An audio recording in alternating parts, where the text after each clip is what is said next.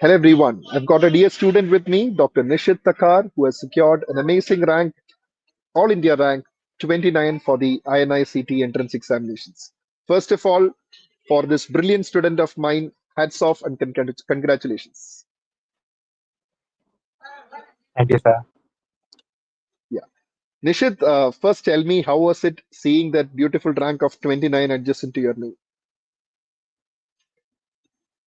So, if I'm being honest, I checked it 3 times. Like, I wasn't like in shock that I wasn't able to believe that I got a two-digit rank and that to 29. So, yeah, I did check twice and thrice, and finally I thought that it's a good rank.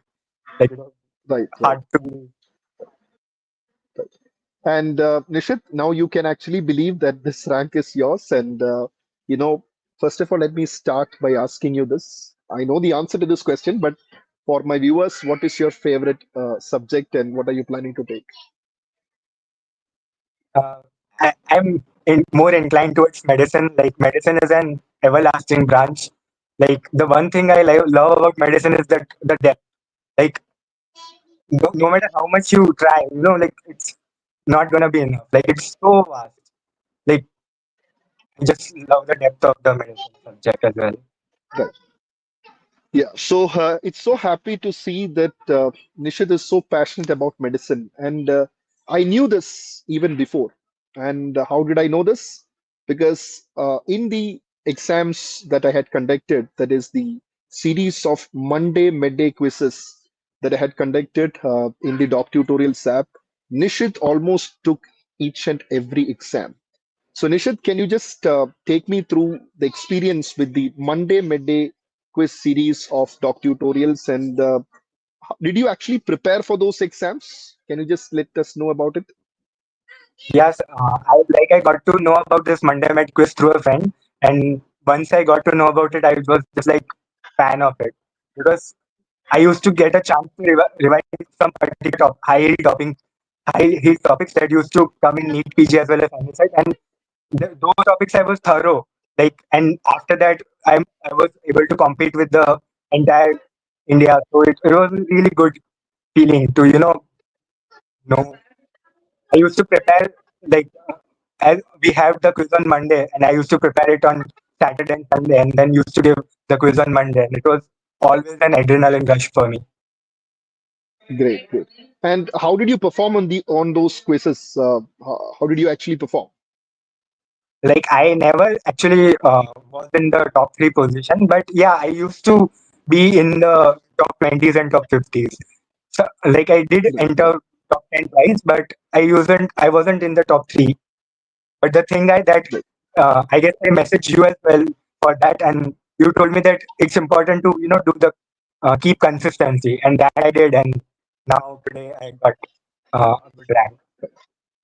Yeah, I think even now I get the messages from students, sir. Why are you not restarting the Monday midday quizzes? Because it gave them a target, like it was actually a short topic, but it gave them a direction. Okay, you have got this topic on this day, and all those questions I had put myself so that I would put five or six relatively easy to moderate, a few tough. So that must have been your strategy as well. When you prepared, when you had these targets in front of you, you had this adrenaline rush to achieve those targets. Am I right?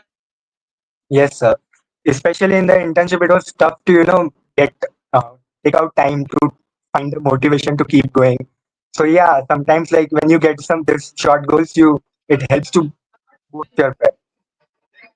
Right.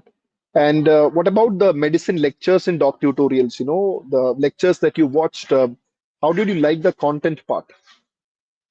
Yeah, the content was like really good. It was based on Harrison, so which is the gold standard for medicine. So yeah, I used to enjoy. Like I am a lazy reader, so I didn't read Harrison anytime. But yeah, watching your lectures helped me cover book Right, high right, points. So it was helpful. right, right. And so I really hope that you become a good physician and then, depending on your interest, become a super specialist as well. But it's great to see that people like you, rather than focusing on exams alone, actually finding the interest for the subject per se. That is what I like about you. You like the subject per se rather than, see it as one among the 19 subjects while you prepare for the exam. Now, coming to the other exam series with DocTutorials, we have done these RDX series. Now we are doing the 2020 exam series. So, how did these mini test of DocTutorials actually help you? Like RDX, I hope you have taken most of the exams as well. Yeah, I attempted the entire RDX series. Like it was a good motivation. Like uh, especially in the current scenario, like the war and all happening, it was very hard to focus on studies. So yeah, it gave me a motivation that I have to give this 20 questions, and if I do well, then that means that my that topics are covered. So it gave me a boost for my preparation as well. Right, right.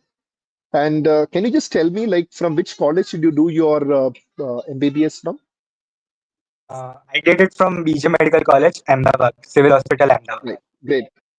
Right, right, right.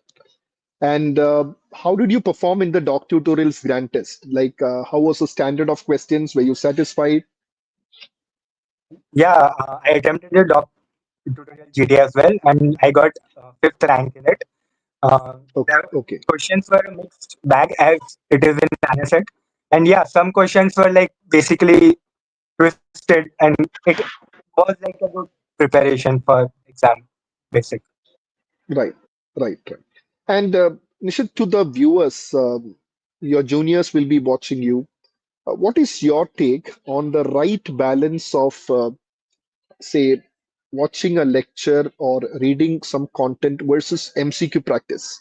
What was your success formula? Many say 70/30, some say 60/40, like time devoted for theory and MCQ practice. What was your strategy? Uh, like my strategy would be that I used to do many more MCQs. Like I used to do 100 to 200 MCQs a day. So that basically made me in a groove. I was prepared for the MCQ. After all, it is an MCQ exam, not a theory exam. So it's important to, you should be able to solve the MCQs. Even there will be some 20 questions you haven't seen in your whole journey. Right, And right, you have to, have the art to eliminate the options and reach to the answer. So yeah, right, I guess that doing questions is as important as reading the theory. Once you are clear with the basics, I would suggest that the maximum number of questions you do, the greater it is. right. And what about grant test? How frequently did you give your grant test in the early phase of preparation and maybe towards the fag end as well? In the early stage of preparation, I used to give it every 15 days. And like Okay, in the internship, didn't used to get time. So whenever I used to get some time, I used to give a GT and review that 200 questions. So like that topics are done for me. right, I would suggest right, that giving GTs is important, but also it's also important to review those GTs because if you don't review right. those GTs, then it doesn't make sense. You need to analyze where you are going wrong, what you can do like correct, and so on. Right. And also regarding the pattern of INICT, this time, there were quite a good number of questions where, say, multiple options were correct. And I'm sure that only with a student who has a sound knowledge will be able to get such a good rank. So, what will be your advice to your juniors preparing for an exam like INICT, which actually really test your concepts? Any advices on tackling, especially these more than one option correct wala thing? Because many students tell me, sir, I find difficulty in this, I make careless mistake. What is your suggestion? I would suggest is that the multiple choice questions is a really tricky one. I also used to face difficulties against it. But what I realized is that you don't need to know all the four options. You just need to know one or two questions, one or two statements, and rule out. Like the options are A B, A B C, A D. So if you know that D is not the answer, then already half questions are ruled out. So in this way, like if Right, you even if you know one or two statements, you can answer the question. right, right. So I think, a bit of elimination also helps there, right? Yeah, definitely, because Yeah, it's not possible to know everything that the examiner is asking, right, because the examiner will go in the depths. So you right, need to get to the answer with the knowledge you have. That's very Right. important, I would suggest. Right. And what about, revision strategy? Because the topics are so vast. And so when you come near an exam like INI CET, and in your case, I think you have done this after your internship as well. So how Yes. did you actually the last 1 month consolidating all this?